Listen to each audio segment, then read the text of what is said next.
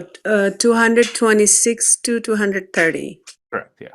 Okay, praise God. I don't know how to increase the volume in my Discord. I should have go over last week when I was having hard time. Oh, you'll figure it out. 10 to 26. Okay. Babies are still sleeping. Yeah. Do I read all this? Yeah, To the 5 26? verses, yeah. All of those for Yeah. 26, 27, 28, or Yeah, up to? from 226 to 230 if you can. Just Oh, page. okay. Inshallah.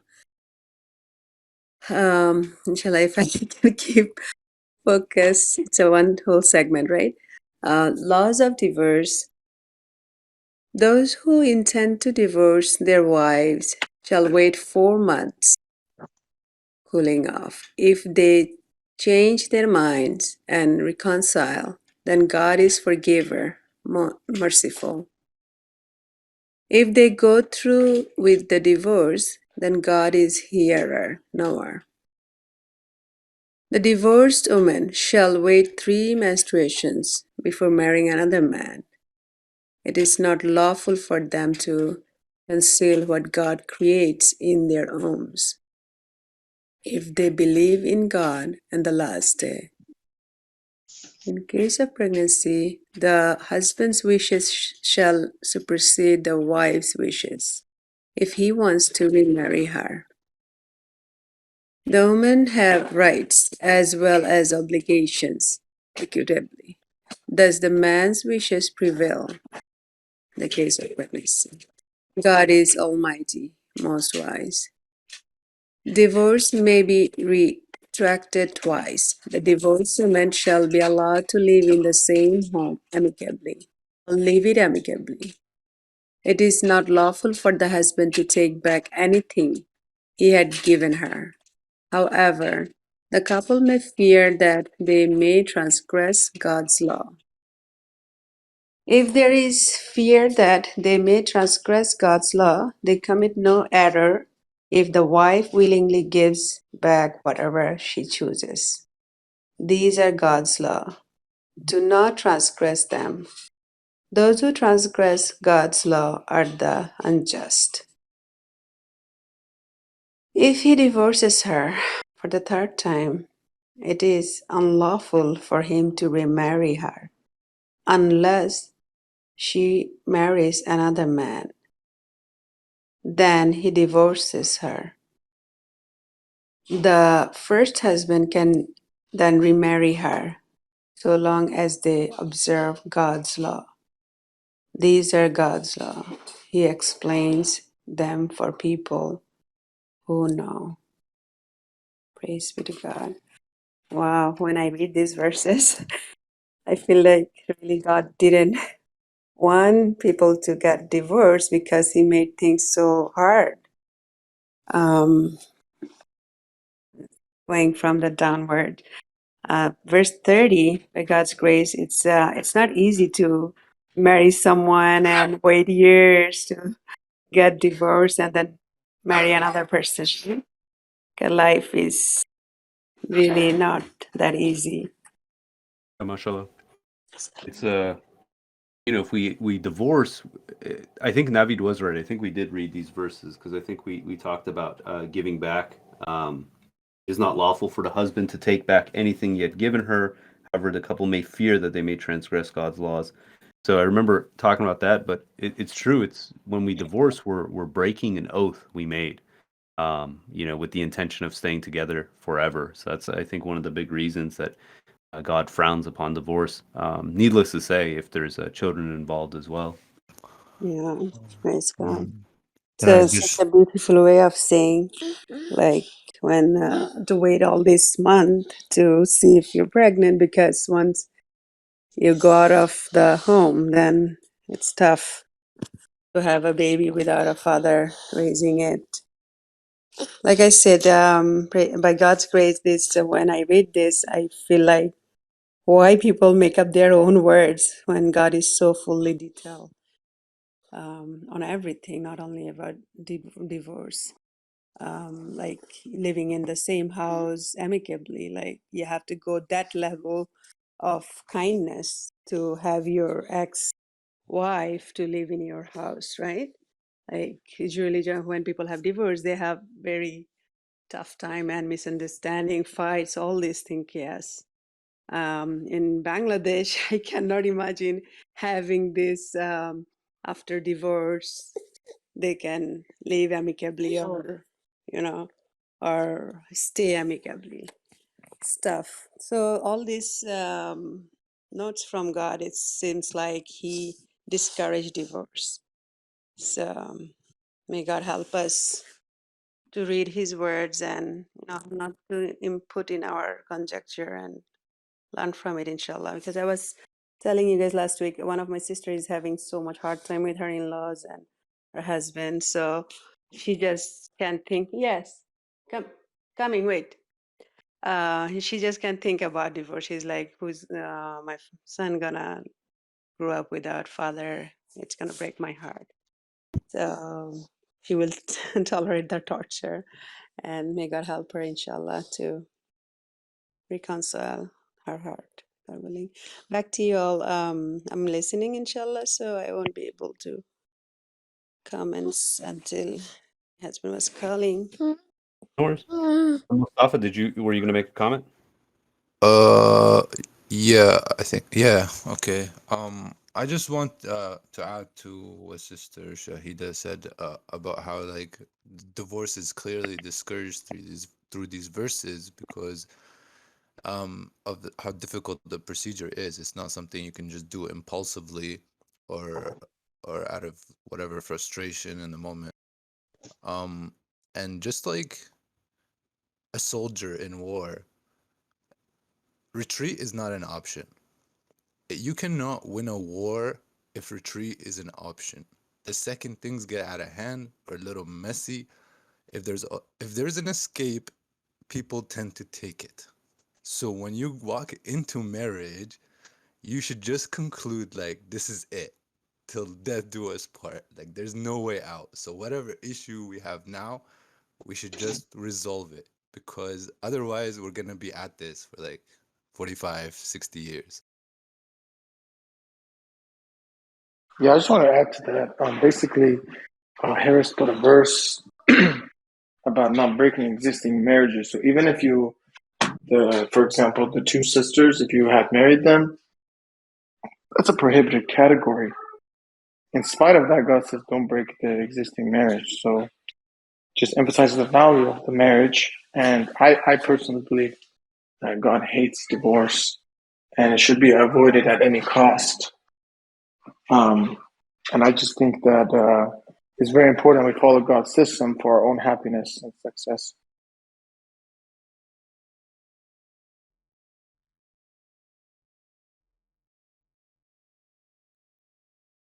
Anyone else I, have comments? I have a question. In verse 230, it says, if he divorces her, right? So, like, is this implying like only the guy can initiate divorce, or how do you guys see this in terms of male and female applying for divorce and submission?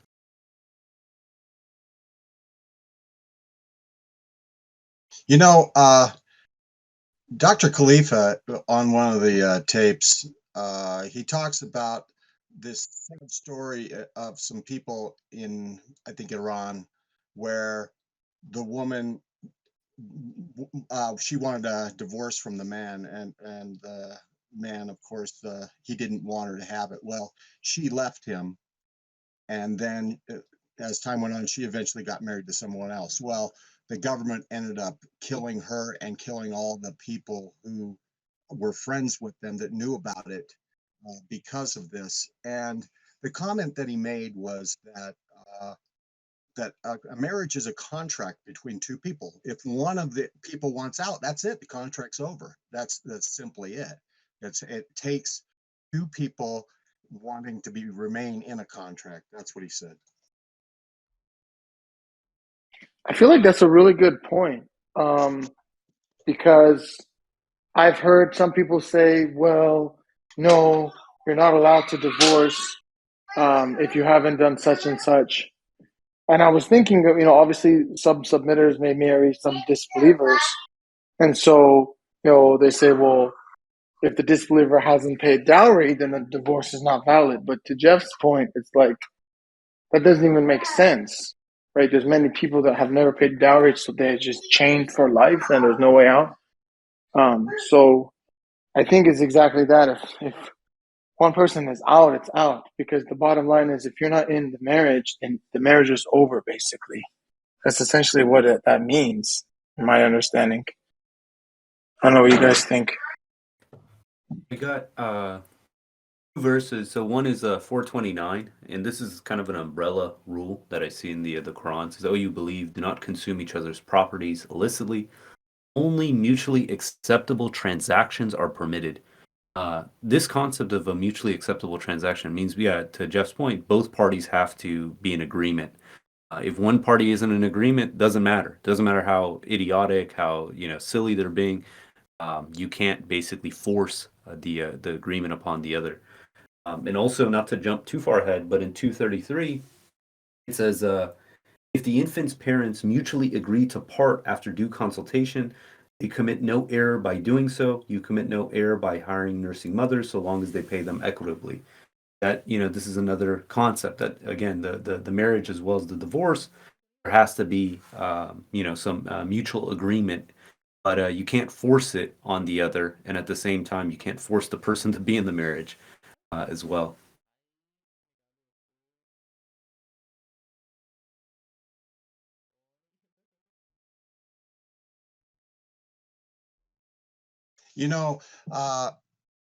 There's a downside to the force. Like here in America, we've seen way too many of these honor killings. We don't call them honor killings here, but what you have is the man killing all his family. If he can't have them, then nobody can have them. That kind of a thing. And oh, whether it's a social or an understanding of the rights of marriage, if they're too strict like this is the scenario it seems to be that comes up.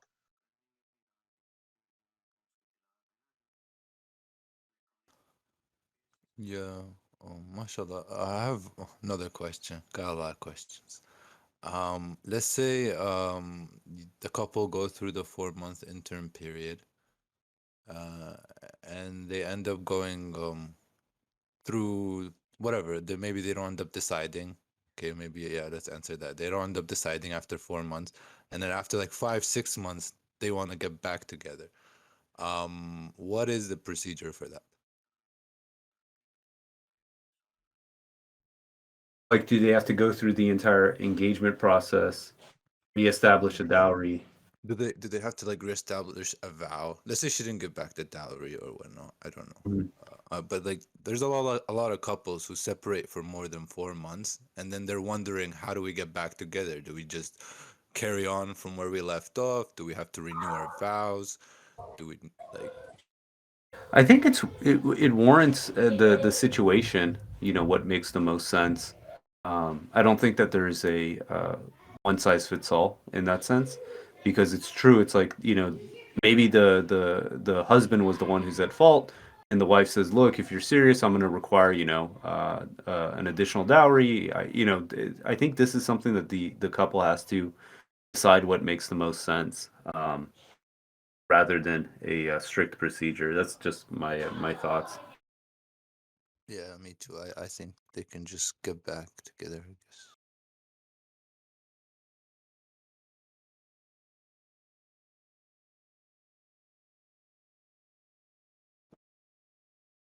However, if she's smart, she'll ask for a larger dowry. Oh yeah. All right, so we read, for everyone that joined, we read from 226 to verse 230.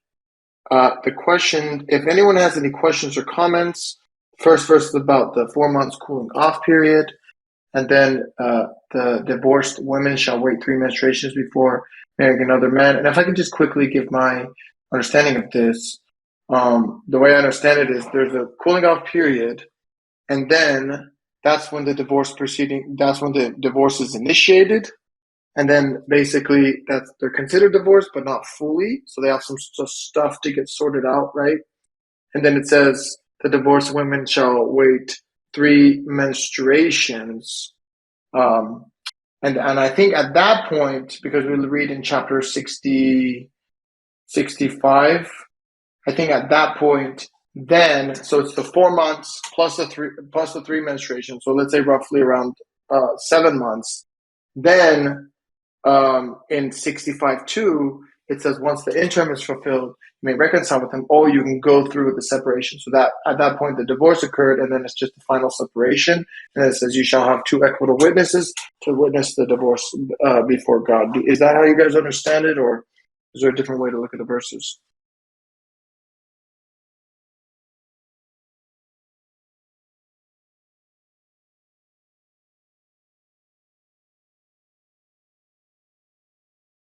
Wait, sorry, I was looking at the 232. What was the question? Yeah, so I just mentioned that there's 4 months cooling off. Then the divorce is basically initiated, and they're like technically divorced, but not fully divorced. Then there's 3 menstruations. Then that's when 65:2 comes into play, and then there's 2 equitable witnesses, and then it's just done, finalized. Mm-hmm. What's the other verse you cited?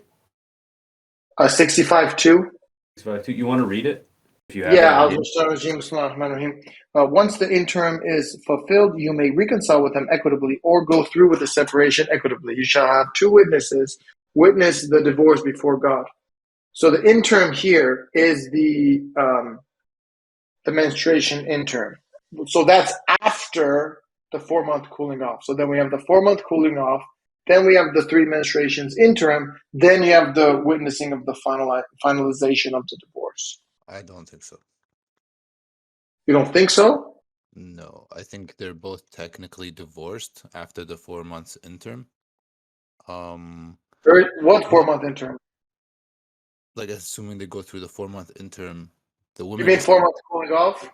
yeah, it's okay. An interim cooling off. It's a period of time. That's what interim means. Okay, but in 65:2, that interim is 3 menstruations. No, and it even tells you after 4 months if they decide to go through with the divorce, and then even in the Arabic, it starts to call that woman al-mutallaqa, the divorced one. So you're saying, hold on a second. So you're saying in 65:1, that's the 4-month period. Can we put that verse 65:1 and read it together? Let's just put 65:1 and 2, so that way we can. Yeah, okay. If we put 65:1 and 2, okay. Yeah. So let's read it.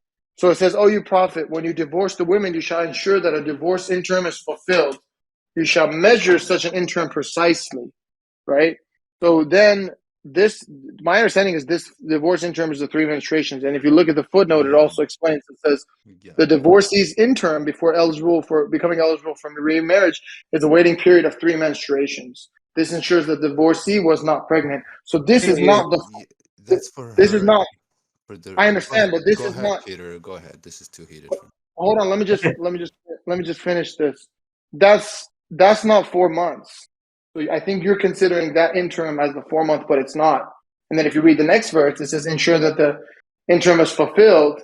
Then you bring the witness, the 2 witnesses. And it's Either done. way, right after 4 months, the divorce has happened. Yeah, I agree. Yeah, so it's like the only stipulation is on the woman that she has to wait the additional 3 menstruations. And it says that if basically she, finds out that she's pregnant, not to hide it, and then at that point the husband is the one who can decide if they want to remarry or not. But keep in mind that's a remarry, right? Yeah, So and then, also I also want to make a distinction that it's very important in Islam to know who the father is. Like you can't even call your adopted child your son. Like they need to go back to their own fathers. so okay, I just want to get clarification because I'm reading the verse and I'm seeing a disconnect between what's being said. So Mustafa, you're saying in 65:2, where it says once the interim is fulfilled, you may reconcile with them equitably or go through with the separation equitably. Exactly. What interim do you think that is? 4 months, because even if you What look is at the verses earlier, am I allowed to answer? It says it's using the same terminology if they go through with it or if they change their mind, and it's referring to the 4 months interim period in the verses we just read. but it's not. So I'm talking about Wait, 65:2. wait, If you look at the wait. I think either or, it really doesn't matter. I mean, we're not coming up with, a different end outcome, right? Um, potentially, How Potentially you so? are, because now the man yeah, but has it's, to wait too, because they're not technically divorced, because Oh, as even the witnesses when they come in is to like witness a financial transaction, okay, just like you need two witnesses for all other financial transactions in the Quran.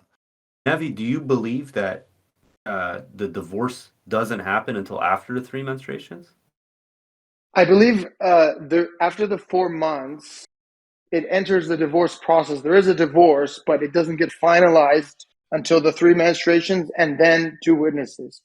I think that's only for the woman, personally. Right. Yeah, I agree, Okay. and that's how I see. Yeah. But specifically looking at the verse, it says in 65:1, it says, "You shall ensure that you shall measure such an interim precisely." That's the part that has the footnote, and when it says measure it precisely, it's very clearly to me referring to the 3 menstruations. And if you look at the next verse, it's talking about the same interim. I think even the Arabic is the same. So therefore, it says once the interim is fulfilled, then you get the 2 witnesses. Yeah, either or. I mean, we still end up in the same conclusion, right? I don't think it changes anything if we say that the interim is the 3 menstruations or the 4 months. We're all in agreement that after 4 months, the divorce happens for the husband and wife. The wife technically has to wait 3 menstruations and then disclose what the results are. And then at that point, if she is married, it's like you can make like a decision tree based on this. I think the stipulation is that if she is pregnant, she pretty much is forced to go back. I think. I have a point like It's good. when this 3 month start, the minute I decide I will divorce you, or the divorce after the all divorce processing done, then I have to wait 3 months.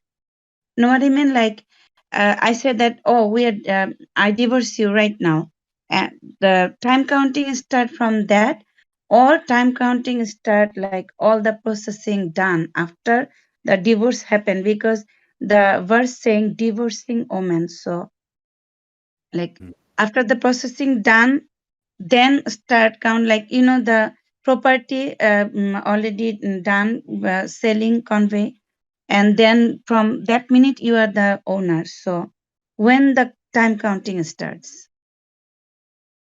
I think that basically, so we have two interims, right? One is the 4 months of cooling off, where you're going to say, look, we intend to divorce. Okay, give it 4 months. Um, that's the first one. The second one is the 3 menstruations. So it's not 3 months, it's 3 menstruations. And that one is going to be dependent on, it says it has to be measured precisely.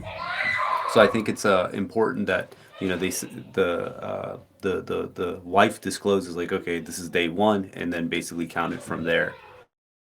That's my understanding.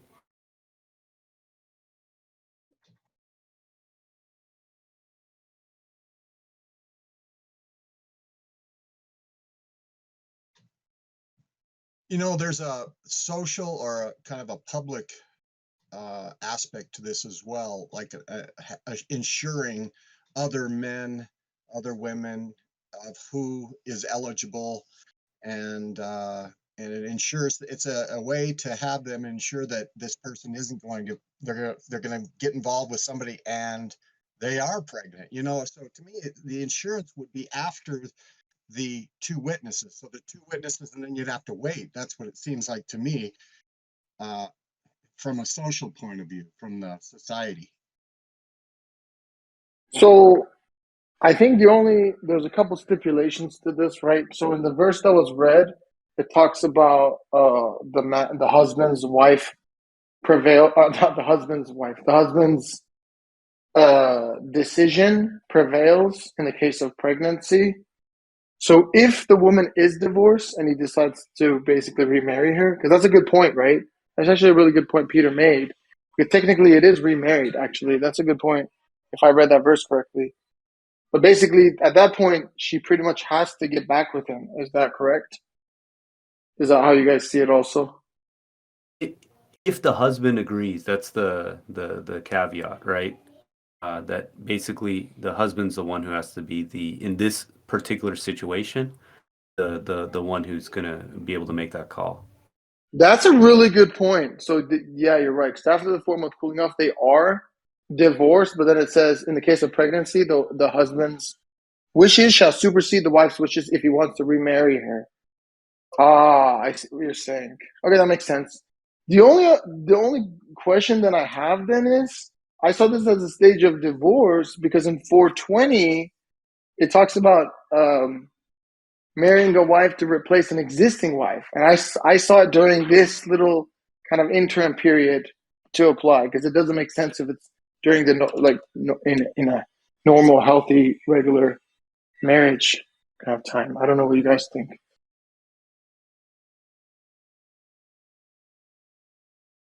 Yeah, I mean, what's interesting is you would hope that people would be civil, but it's like from anyone's experience, divorce is like some of the most contentious, conniving situations and hardest. Like so many people, they attest that it's like the hardest thing they ever had to do in their life is dealing with a divorce. Does anyone have any other questions about the verses we read? So we read for a lot of people came and joined and left. We read from 226 to 230. If not, we can put this next batch of verses and then take it from there. There's more to uncover in this. I wanted to make one other comment. It's interesting in Surah 65 when it talks about a divorce. At the end of each verse, it says something pretty profound. So, say for instance, at the end of verse 1, it says, "Anyone who transgresses God's laws commits an injustice against himself. You never know; maybe God wills something good to come out of this." The end of verse 2 says, "Anyone who reverences God, he will create an exit for him." Verse 3, "Anyone who trusts in God, he suffices him." Verse 4, "Anyone who reverences God, he makes everything easy for him." Verse 5, "Anyone who reverences God, he remits his sins and rewards him generously." So it's like you constantly see this theme that in the surah specifically, that God is talking about like ease after difficulty, creating an exit, because it's an incredibly tough time.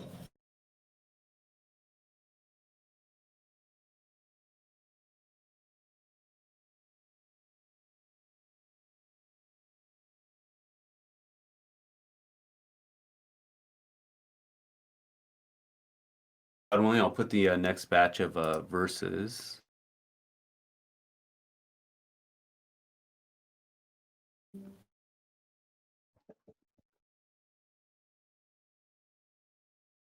Hello, guys. Peace. Hey, Robert, how you feeling? Okay. I think I'm getting better every day. I hope. Or I'm just dying, you know. It's either that or I'm getting worse. So COVID anyway, yeah. have a 99.99% survival rate, so I'm very concerned for you. And Robert's demographic, it's no, I'm joking. Yeah. Yeah. Here, I just wanted to comment on what Naveed said with regards to having the right to take your wife back, you know, if she's pregnant by you. I wanted to say that I feel like how could that be a law? Because if that is a law, then you have what you call today, like there's a modern day term, you guys might know about it. It's called baby trapping. Baby trapping, meaning there's certain systems in place, right? That if you get a certain person pregnant, now that other individual is like in some ways dependent on you, like financially or something, and that's what happens today.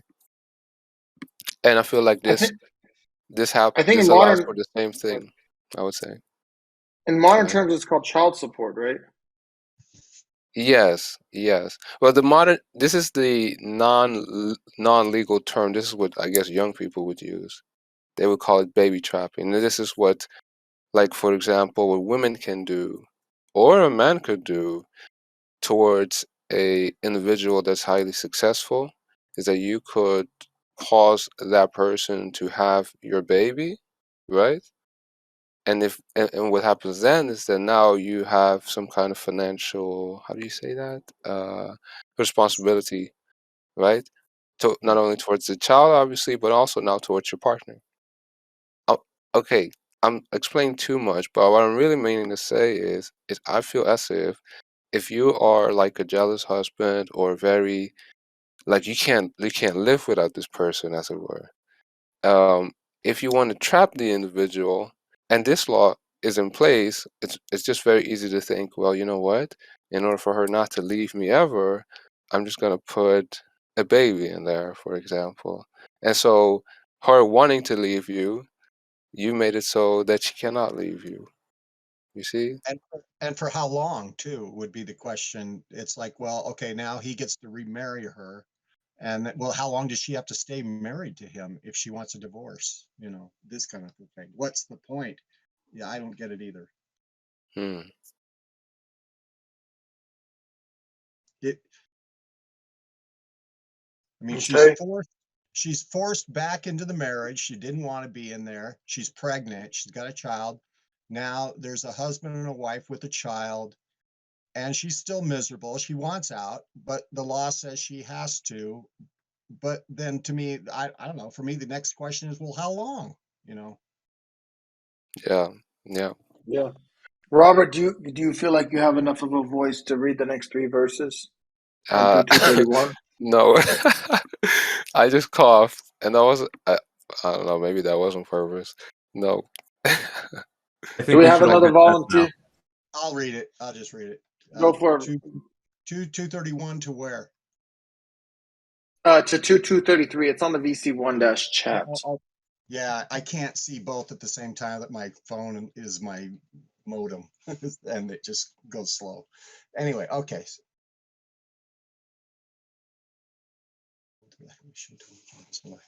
Do not throw the divorcees out into the streets.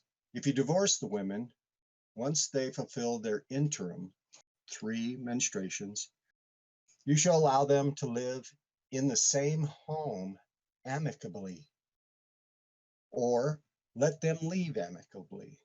Do not force them to stay against their will as a revenge. Anyone who does this wrongs his own soul. Do not take God's revelations in vain. Remember God's blessings upon you, and that he sent down to you the scripture and wisdom to enlighten you. You shall observe God and know that God is aware of all things. If you divorce the women, once they fulfill their interim, do not prevent them from remarrying their husbands if they reconcile amicably. This shall be heeded by those among you who believe in God in the last day. This is purer for you and more righteous. God knows while you do not know. Divorced mothers shall nurse their infants 2 full years, if the father so wishes. The father shall provide the mother's food and clothing equitably. No one shall be burdened beyond his ability. No mother shall be harmed on account of her infant, nor shall the father be harmed because of his infant. If the father dies, his inheritor shall assume these responsibilities. If the infant's parents mutually agree to part after due consultation, they commit no error by doing so. You commit no error by hiring nursing mothers, so long as you pay them equitably. You shall observe God and know that God is seer of everything you do.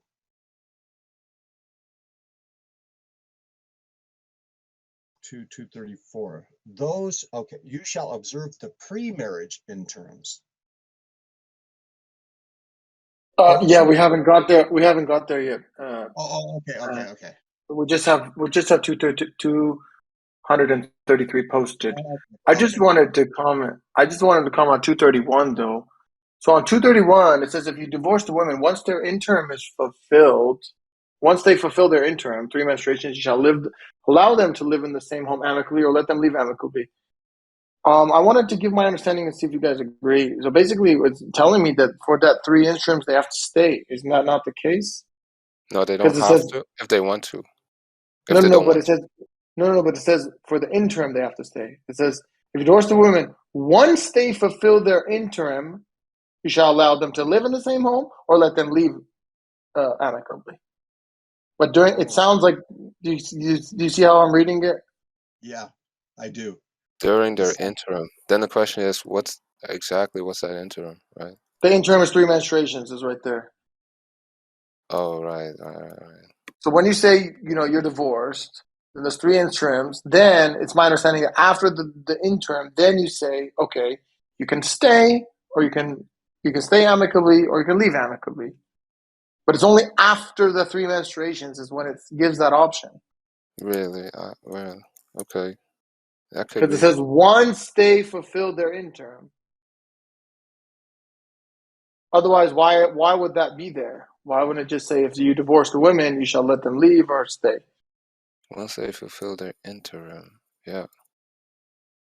I Is know that how that's you guys one understand word. it? Well, now I kind of see it from your perspective, but I thought, I don't know, I thought different, I guess. I thought as well, soon as you divorce, hey, you can stay, you can leave, I'll still provide for you, and something like that. Ahmed, what do you see on this?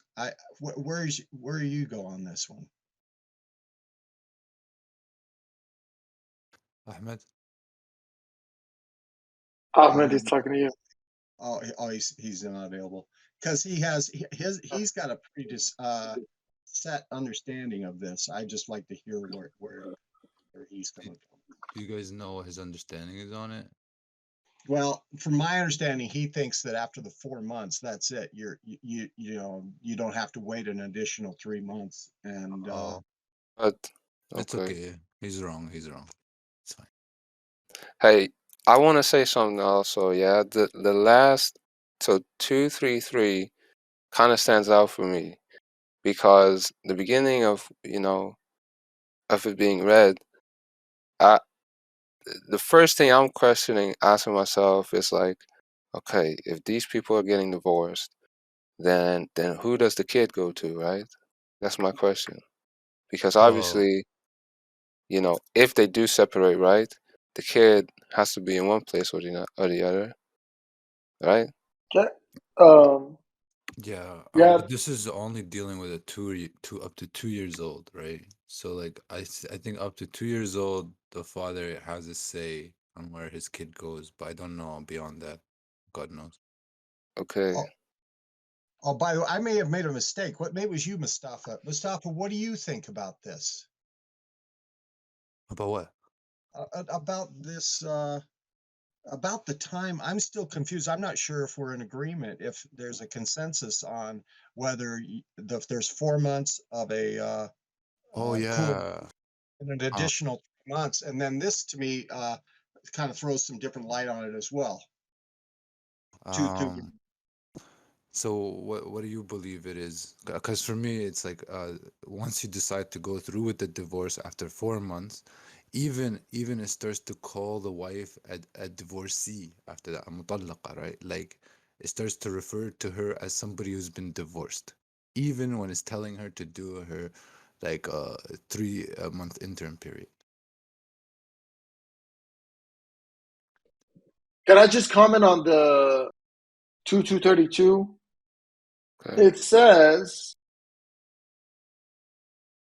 if you divorce the women once, again, it's giving a similar condition to the previous verse. Once they fulfill their interim, do not prevent them from remarrying their husbands. So that means if they haven't, then you can prevent them. Yeah, that's not. Look, there's two interns. One that is for both of them, which is 4 months, and then Okay, but you, there's one for the wife alone because so she might be pregnant. Why would so she need to wait any wait a longer minute. if she's going back to her old husband? Like we already know Yeah, he is so the potential father. So you keep calling the cooling off period an interim. Do you have any verse for that, or is that just your terminology? No, that's the language of the English language, and in any period of time, a specific period of time is referred to as an interim in the English But not in the language. Quran. No, I'm talking about the Quranic English. So I'm saying, is the in the Quran, Yeah, it is says, the cooling off period ever referred to as interim? I think, honestly, it's the same word in the Arabic, I think. We can look into it. But in the end, they're both an interim period. I don't think even the Arabic word is used for the other one, to be honest. Can we look at, well, we don't want to do like a whole discussion about what the translation right now, right? No. I'm not questioning the translation. I'm saying I'm not seeing that word used in reference to the 4 months ever. Well, But didn't we just talk about this? Don't we still end up in the same outcome, like irrespective? Really? No, because somebody may be within the cooling off period, and they know, well, we haven't had sex since the first week of that cooling off period, and I know I've waited my 3 months, and the 4 months isn't even up of the cooling off, and I know I've already had the interim. You know what I'm saying? The overlap. Oh, I they mean, overlap each other. That makes sense. yeah, I believe there's, like, I wouldn't say it's fact, but you can overlap both interns together. Essentially, if they don't touch each other for those 4 months, then technically there's no fear of her being pregnant either, right? Right. But that was why I brought up the social aspect of it from the society's point of view. They don't know what's going on inside there. What if she was asleep and he touched her and somehow, I don't know, who knows? I'm Goodness. saying that there's that aspect of it too, which would make sense to have an additional 3 months too. But then here, when you talk about them living in their house, you shall live them in the house. Let's see, if you divorce a woman, once they fulfill their interim, you shall allow them to live in the same home amicably, because that implies that she's still living there even after the 4 months. She's not remarried, but she still has to live there or something like that. There's an implication. Yeah. Yeah, she's able to live there if she wishes. So just on this topic, throughout the whole Quran, the only time I've seen the 4 month cooling off is in 2:26. There is a 4 month period for the widows.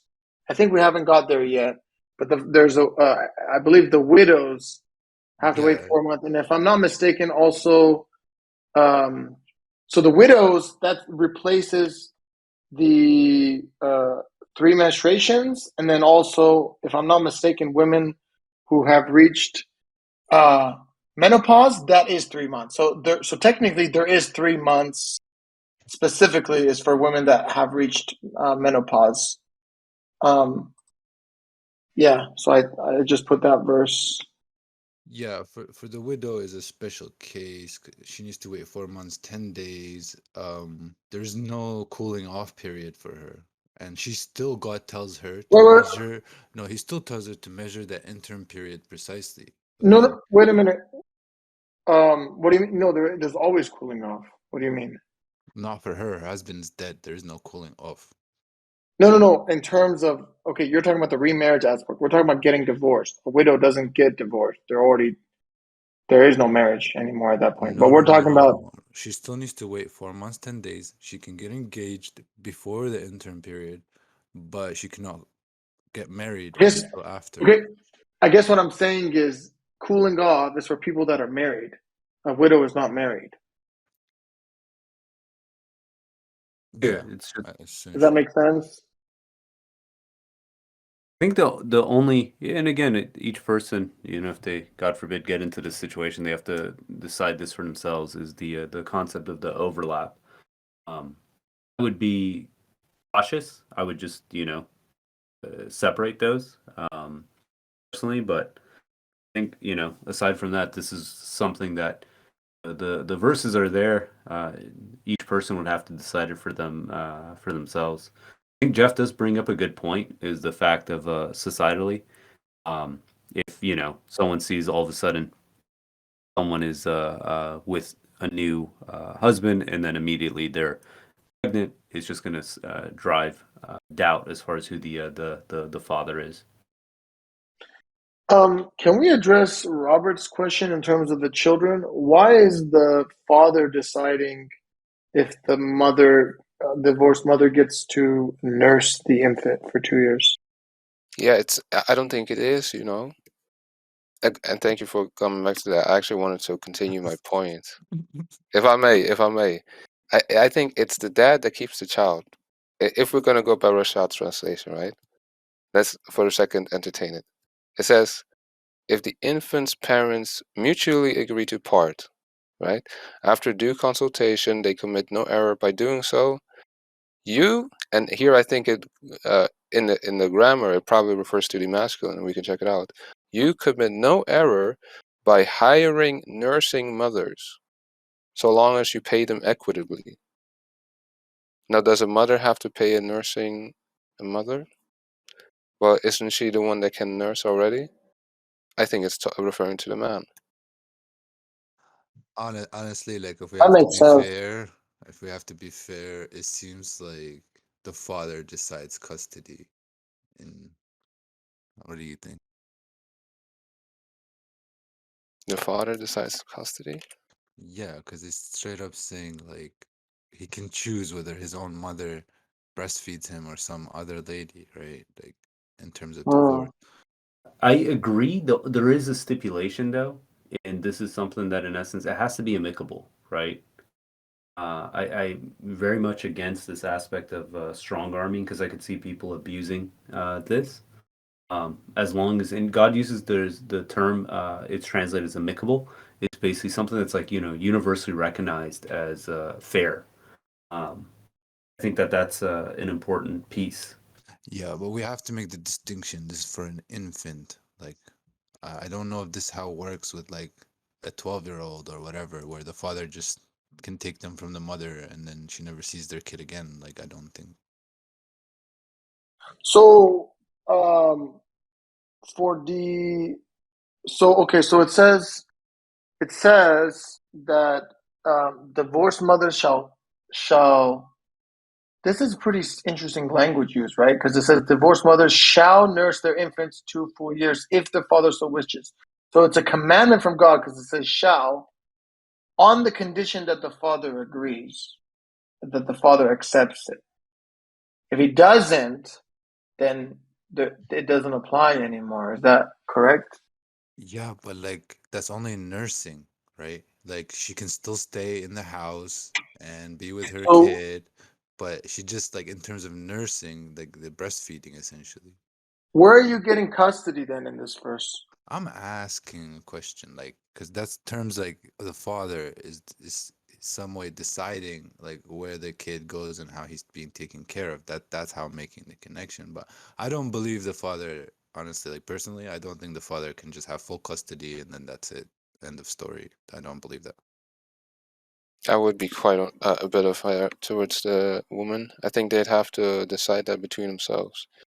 But then why is it really saying what it's saying, right? Yeah, that's Like, my question. Thank you, Robert. That's what I'm trying to get at. It's like how is this equitable? How do you guys see it?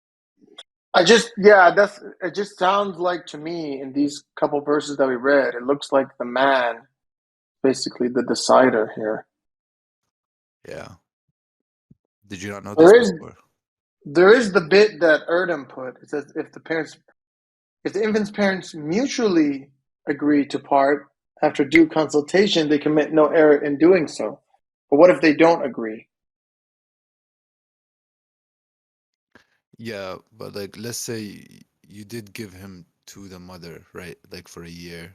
You can't just change your mind and be like, "Oh, I want to hire a nurse now." Because like the baby would like formulate a bond with his mother's scent, and that's very important that you don't change that. So how do you guys see that tying into the way I understand it? How do you guys see that tying into 46:15? Because someone was trying to say that this is part of the law that the mother has to have access to the child for 30 months. Yeah. But How do you Um, guys see that one then? Because I personally, I don't. I see that one as just like a statement of like a general fact, not a particular law. The 4615.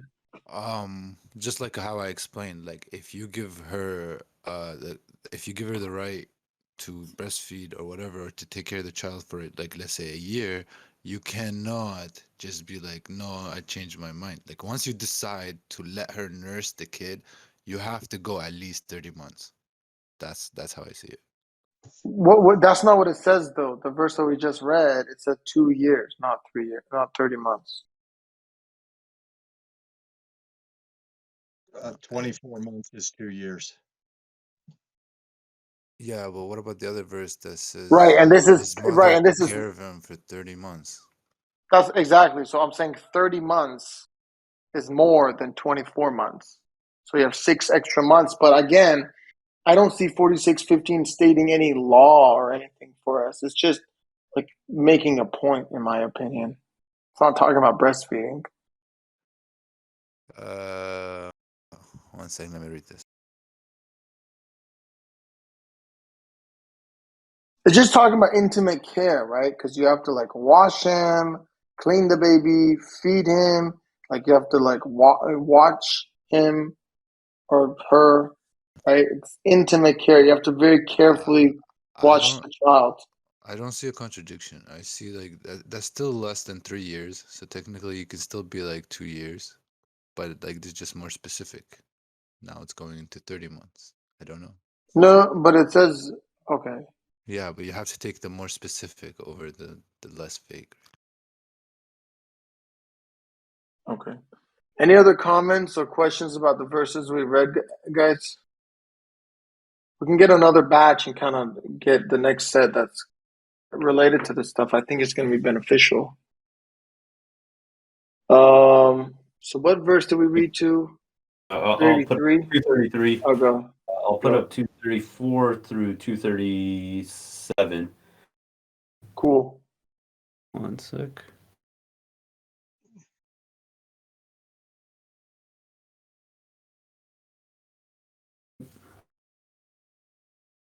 To read. Yeah, do we have a volunteer to read?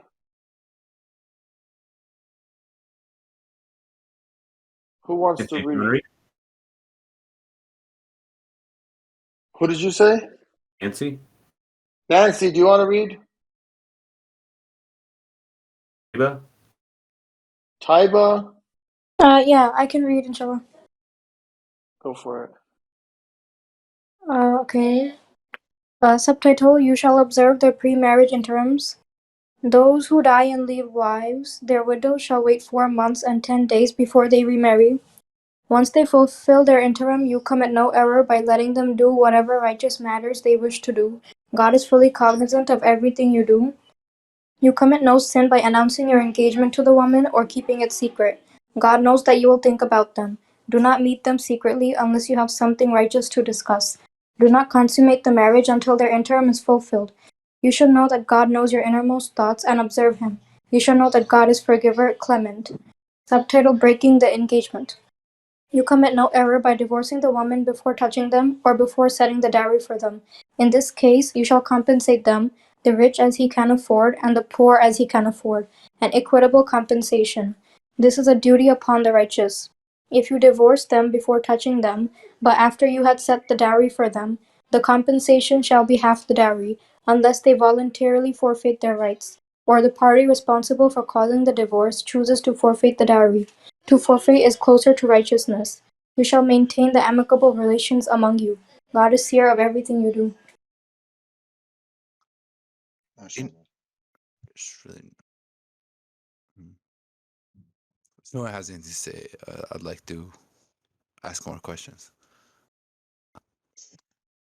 In terms of meeting between the engaged couple, essentially, they're engaged, but they're not allowed to meet in secret unless they have something righteous to discuss. So, me personally, I see that as like I don't see flirting and romantic talk as something righteous to discuss. And this kind of distinction is not even made for the single people, like to essentially not talk unless you have something righteous to discuss. It's like for an engaged couple because they're actually at more risk of doing something stupid than like two friends, for example. So should they be meeting in private, and what constitute privates in today's age in terms of texting, phone calls, and all of that? And how do we define righteous? So this is the age-old question actually about this verse. This always comes up is 2:35. Is that regarding all women and men, or is that regarding the widows from the previous verse? Because if you read it, it says, "Do not consummate the marriage until their interim is fulfilled." But if ordinary, like regular woman doesn't have an interim. Ooh, that's a nice way out, Naveed. I have to give it to you. It's not a nice way out, though. I genuinely wondered this as well when I was reading it, because it did seem like in context. Because no, because you're funny, man. Okay, so look at 2:34. It says once their interim is fulfilled, right? So it's talking about the widows. And then if you look at that one, it says do not consummate the marriage until their interim is fulfilled. So it's there is referring to the widows. So that ties it back. So that 2:35 can be safely argued that it's in relation to the widows. But what about 4114, where there's nothing good about their private conferences except for those who advocate charity, righteous works, or making peace among the people? I think that's the meeting of terrorists, not engaged couple. Those are people that are against God and the messenger. Okay, just to like follow up on you. Sorry, I had a call. Why do you think this only applies to the widow? Why is Oh, it you missed it. Yeah, you Whoa, missed it. I got a phone call from my boss, man. What do you want me to do? Hold on. No. I could just repeat what I said. So if you read the verse, it says, "Do not consummate the marriage until their interim is fulfilled." Who is their interim? So if you read the previous verse, 2:34, it says, "Once they fulfill their interim." So their Yeah, interim, it can be safely argued that it's in reference to the widows. They're the ones that have this interim. that's fine. I'm not talking about that. I'm talking about in terms of discussing something in private, right? Yeah, that's what it is. So it says, "Do not meet with them secretly unless you have something righteous to discuss. Do not consummate the marriage until their interest is fulfilled." So the question is, who's them? Who is there? And the argument is, Them is um, all widowed women. Okay, that's who them are. right, Um, exactly.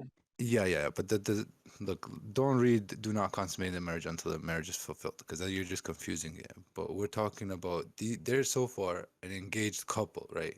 We're talking about an engaged couple who are not allowed to actually talk about anything unless it's something righteous. Why is that? What does that have to do with being a widow?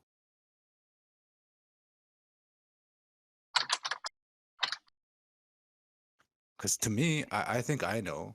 Like I'm not stupid. I know Can you that. repeat the last part? Sorry, can you repeat the last part? I didn't get it. You're asking why is this applicable to the widow? Yeah, you're saying this rule of not meeting in private unless you have something righteous to discuss while you're engaged, right? Essentially, to me, how I understand it is as long as you're engaged, your interactions to be public. And that's not even a rule for somebody who's not engaged because the So engaged couple are more at yeah, risk. They're more at risk of diverting into inappropriate topics that they have no right yeah. going into This and potentially falling into sin that somebody who's just a friend, right? Like wouldn't be at risk of doing. yeah, so that's interesting. So I guess the what ties it back into it for me, or it's the question is when it's talking about you commit no sin by announcing your engagement to women or keeping a secret. Are you saying that's exclusive to the widow, or is that for all engaged couples? I would say God knows best, but it is whatever you want it to be. I don't want to go off the point. Yeah. So, because the question again is, well, who is this verse referring to, right? We can't say it's referring to three sets of people. It's obviously referring to the same group.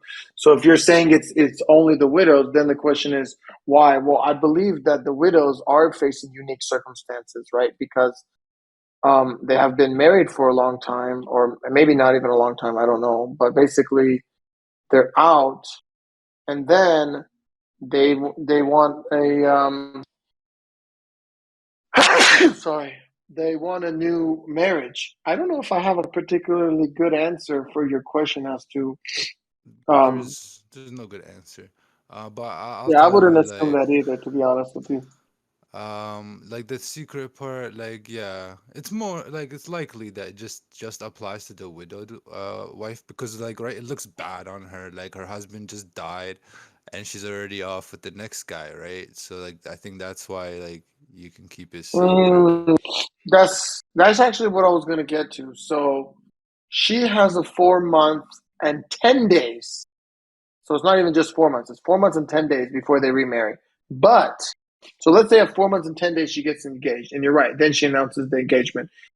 The option to keep it secret helps her because a lot of people are going to judge her if she does that after 4 months and 10 days. So she can keep it secret for 3 months, 4 months, 5 months, 8 months, and then announce the engagement and get married or whatever. So I think that is in relation to her. Yeah, Um, I would say so. In terms of keeping your engagement secret, that's for her. I personally, and it's my personal opinion, I don't believe you can keep engagement secret for the average couple. so that's interesting. So then the question is, do not meet with them secretly unless you have something righteous to discuss. So what if you want to meet with them secretly and consummate the marriage, right? So it sounds like this is a different standard applied towards the widows than ordinary women. Yeah, I just don't think that that's how it works. I don't think you can just consummate the marriage and now you're married. You're told not to even talk to each other unless you have something righteous to discuss, and you're talking about consummating.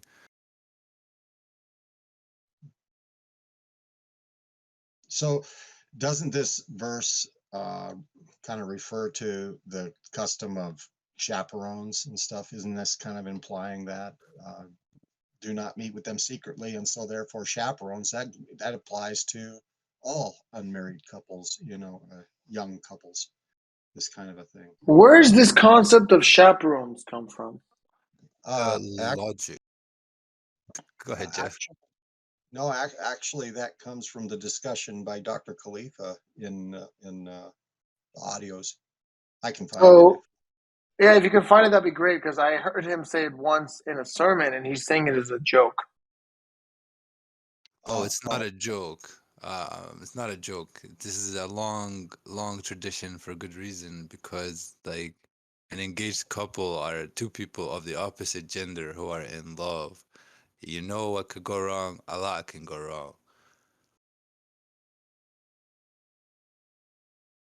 So you believe that a couple getting to know each other, like for example over the phone, they need to have another person, independent party, witness their interactions and Yeah, conversations? of course. I'll volunteer if you need me to. I'll be the first volunteer.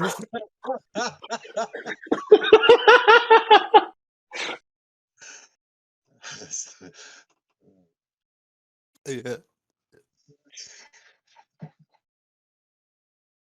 Do you give advice to? So I don't know about this. Yeah, I don't know about Yeah, this I don't theory, know. to be honest.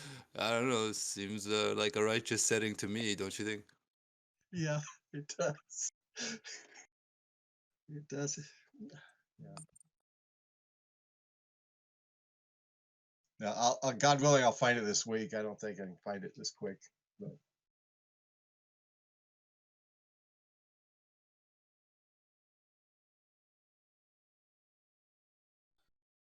Yeah, I don't know about that, to be honest with you. I can't make any claims about that because. So you're saying even during the engagement, you need a chaperone for every phone conversation? You need someone witnessing the conversation? Is that what you're well, arguing?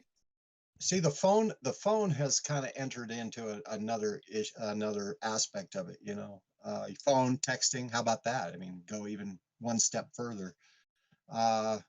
Yeah, that complicates it, but it Yeah, I don't used to know be. about that theory, to be honest with you, because the messenger also talks about like being alone, holding hands, and he says that in the context of engagement. So how can you If you're just sitting like at a at a lake with your engaged person, like wife or whatever, and you're just holding hands, you're not discussing righteousness. You're just sitting there enjoying a sunset in a romantic setting. And so, are we saying that someone has to like be there with you? I don't know about this, guys. You know, when I see chaperone, I think of somebody who can see them so that they're not alone. I don't hear the person isn't intimate in their conversations. That's what I would understand just from the concept of chaperone. Like, for example, dad or mom are across the hall, across the dance hall while you guys are out there dancing or something like that. You know, get talking privately. I mean, I don't see chaperoning be that intimately involved in the conversation. Yeah, if you can get the content on this chaperone concept, that would be great. Because again, I just heard it as a joke. I found it. Go for it. Let's see it. Yeah, just a second. Let me share my screen. Never mind the subtitles. Ignore the subtitles.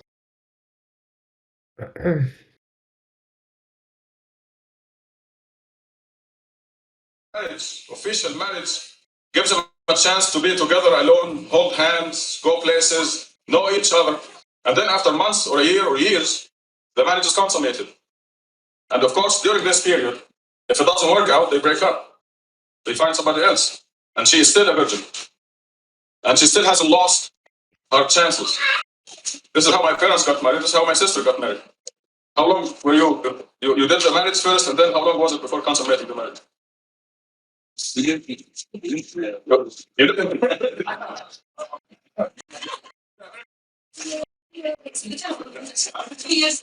There were 2 years between Katb al-Kitab, which is the no. Just it was the engagement, and then 2 years, and then you did the official marriage and the consummation at the same time. So you had 2 years of knowing each other. If I was in Egypt, you wouldn't do it. Just kidding. You didn't go outside. Oh, you didn't go outside then. You had a chaperone over there. Okay. I'm satisfied now. Yeah, so he's joking. Yeah, can you pause it now? Mm-hmm. Yeah, so that's a joke. So if people are gonna take this and take it seriously, that's extremely dangerous, guys. What was the He's saying he's saying, oh, you guys went out on your own. If I was there, that wouldn't be happening. And then he's like, oh, you guys had a chaperone? Oh, that's okay. But he's joking with them. So I don't know why you guys are taking that seriously. That's extremely dangerous, in my opinion. Yeah, I would agree with you if that's the extent of it. I don't know if that's the only place where it mentions it, but yeah, I would agree with you. Yeah, that is unless you have something else that he actually explains that this concept exists and it's implemented, this would open up an entire new doctrine that I'm very hesitant to subscribe to be honest. Yeah. The way I got it, it's not clear enough. the way I got it was that it was okay to do it like that. He said, "I'm convinced." He basically said it was okay, but I didn't see it like as it had to be like that. It just seemed like he was okay with it.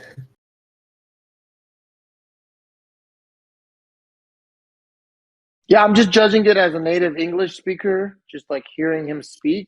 That didn't seem to me like there was anything serious there. He's just joking with them because he says if I was there, that wouldn't happen. And he's laughing, and then he's like, "Oh, it's okay this way." Yeah, I just don't. I don't see that as any Quranic law or doctrine or anything being explained in that particular portion.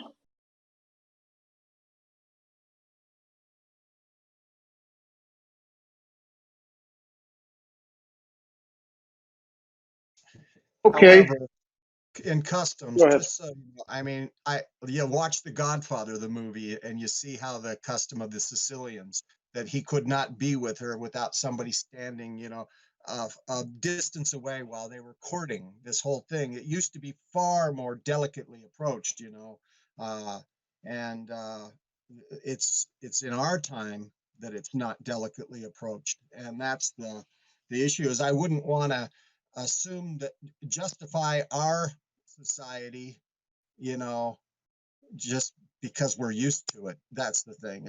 I'm willing to look further into it. I think that there's a lot of good to be thought of treating it extremely delicately.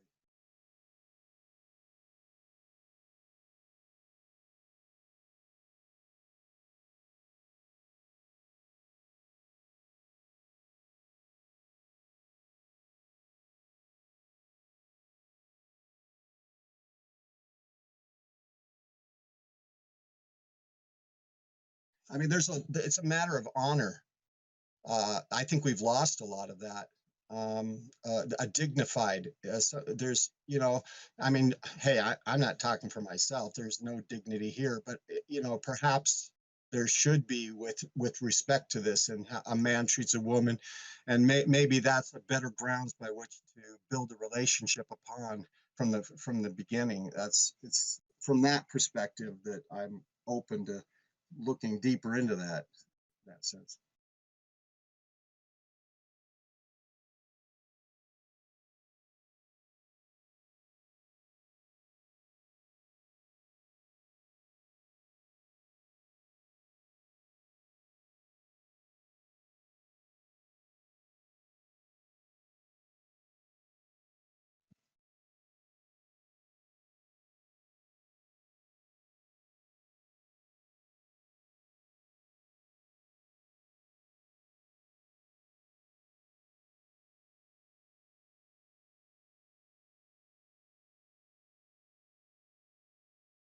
Jeff, Yes.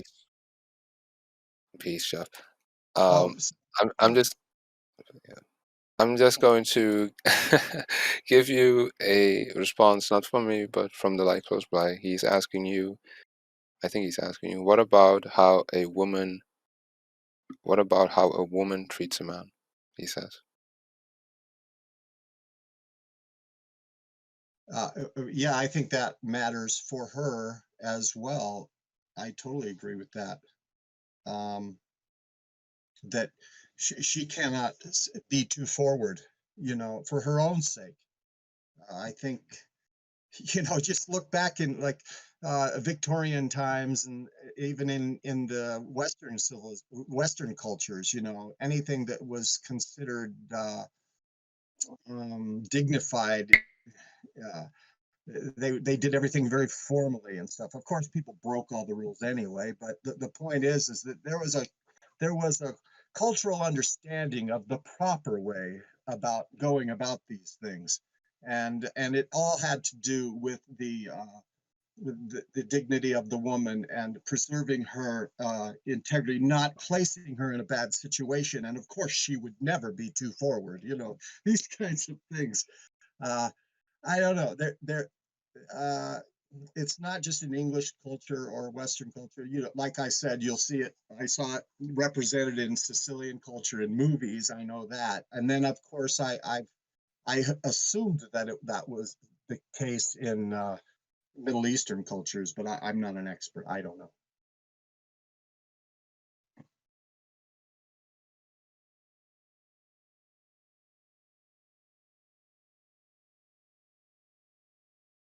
I just came back.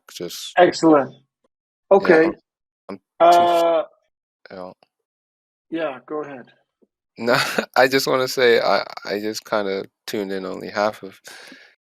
I wasn't here for like 10 minutes, so I'm back now. So whatever.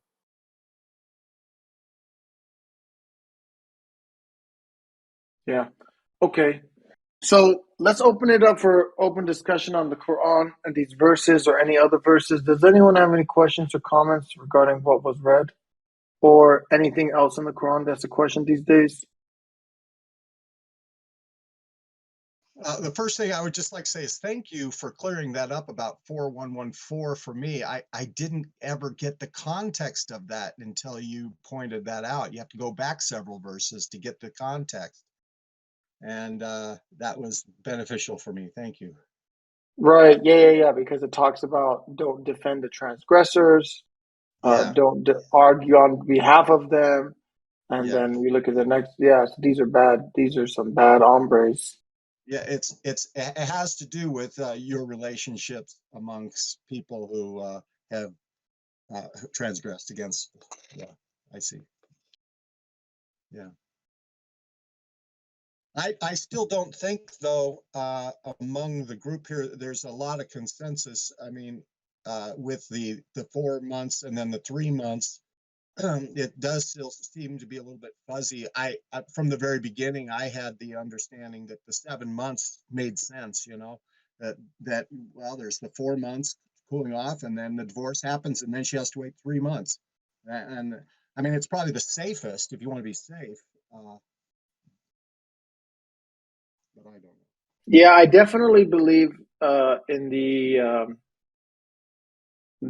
reason is because basically,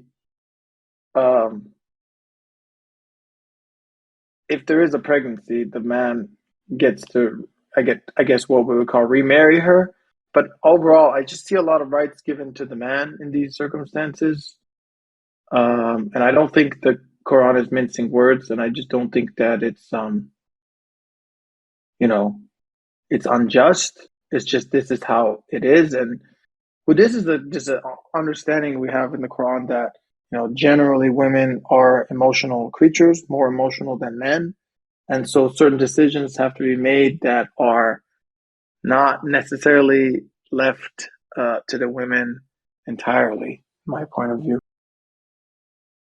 Are you referring to custody there as well?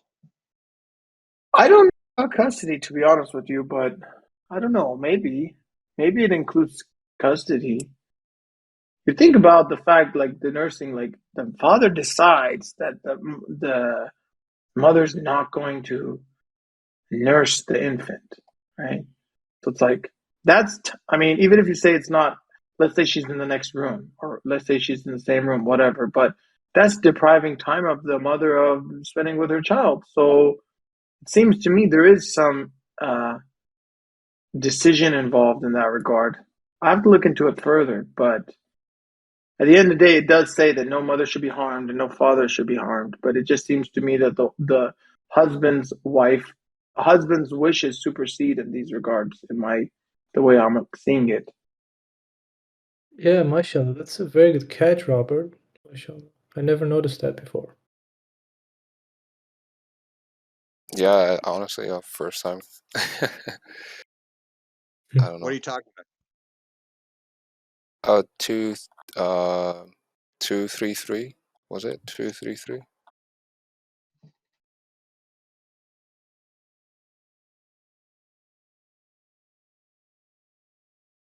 Jeff, were you here for that? No, I did you share something on the chat side? I don't have that up. That's the only thing. I can't talk and have chat up at the same time. My internet goes too slow. And so if you shared something on chat, I didn't see it. I Okay, think so Jeff is using dial-up. Jeff has an Obama phone. All right. Anyone saving up a question for the last week that they want to share today? Taiba usually have good questions. You got questions today? No, not right now. I actually had a comment on the verse. So if you look at the أعوذ بالله من الشيطان الرجيم بسم الله الرحمن الرحيم, it says 2:37. It says you shall maintain the amicable relations among you. This is after the divorce. So how many people do you know that after a divorce basically have no amicable relations? Right. This is right. This is for the believers. God commands that we shall maintain amicable relations But people today, even like in without marriage, if they fall in love with each other, or one person falls in love or something, and the relationship breaks off even before marriage, even in those situations, we need to maintain amicable relations, because marriage is even heavier, and even there God commands us to maintain amicable relations. So I think this is a very important reminder for us. Yeah, let's try to keep that going. Actually, that makes me think of just the scenario. Okay, you've divorced your wife and she lives in the same home with you. And then imagine you bringing home or you're courting another woman, or these scenarios. I mean, imagine that in today's society, it feels it feels like an explosive scenario, you know. Just the notion, this was a shocking thing to see, that wait, she gets to live there, and for how long? I mean, how are you see, the thing is, it's almost like inevitably you'll just let her have the house and get your own house or something because of that explosive potential situation. It's it is quite a amicable relations is extremely difficult, I could see. Yeah.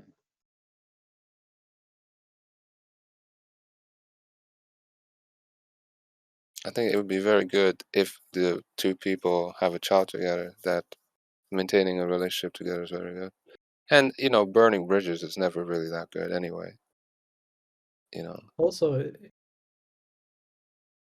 if there's love involved, it becomes even harder, right? If imagine the one person loves the other person, but it doesn't work out. Yeah, God commands the believers shall maintain amicable relations. Like, you can't just go out your personal whim and just, you know.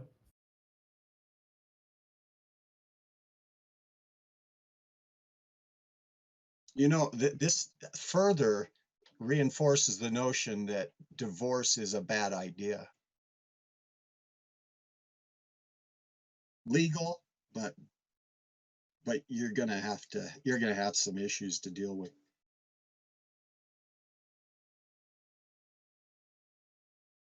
I think it really is what it is. It's like, it's divorce is some it becomes has to become one of the better options, right? In the sense of, like, how do you say that correct? How do I say that correctly? If staying together is really that bad, then divorce is better, and that's why we have divorce, I guess, right?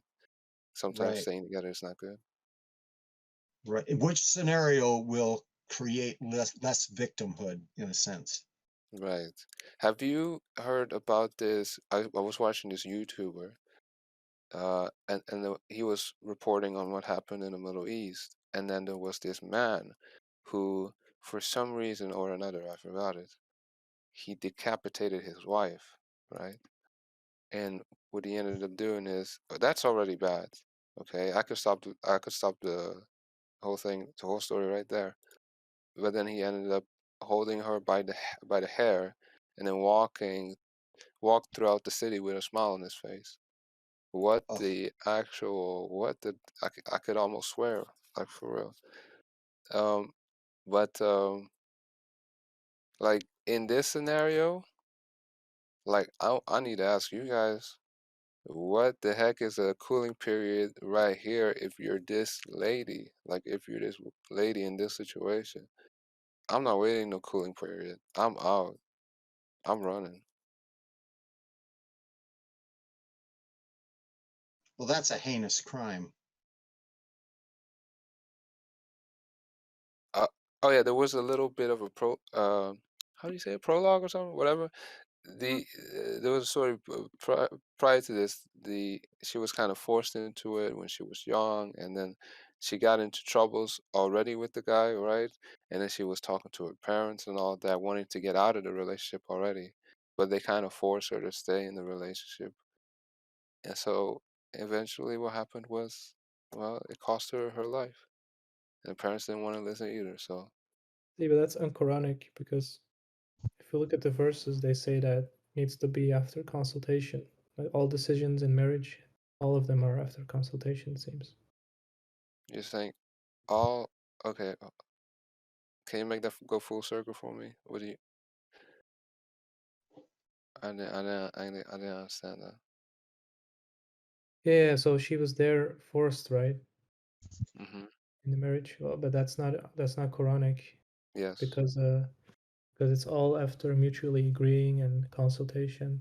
Oh, right. If you look at 233. Right. And I'm saying, okay, and this is my point. My point here is okay, she got, in some way, she got oppressed into it. She got impressed into it. Now, she got oppressed into going into the relationship, and now she's being oppressed from exiting the relationship. I feel at least we have the part right where we don't oppress one another and force one another to marry.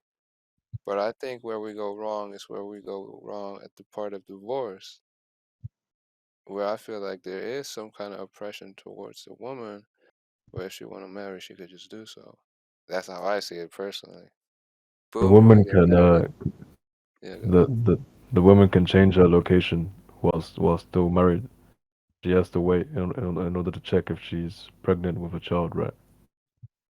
Very good. I mean, if that's sure, I can accept that too. Well, can I accept that? I'm not sure because I don't know what kind of rights, the Middle, well, that's the Middle Eastern people, not the Quran. But I don't know what kind of rights people could invent. Oh yeah, he's your husband, you should go back to him. Or I don't know. She's in an abusive relationship, and she wants to divorce. She can change her location, like separate from her husband during the waiting period. And if she's pregnant, then the situation changes. But if she's not, then they can just divorce, right? So imagine that. So what if she is pregnant? He has she she has to go back to him. Well, you can still divorce even if you have a child together, right? Yeah, well, we had. I don't know if you were there for that, but we kind of came to some kind of idea that the man has the right to take the woman back if she's pregnant.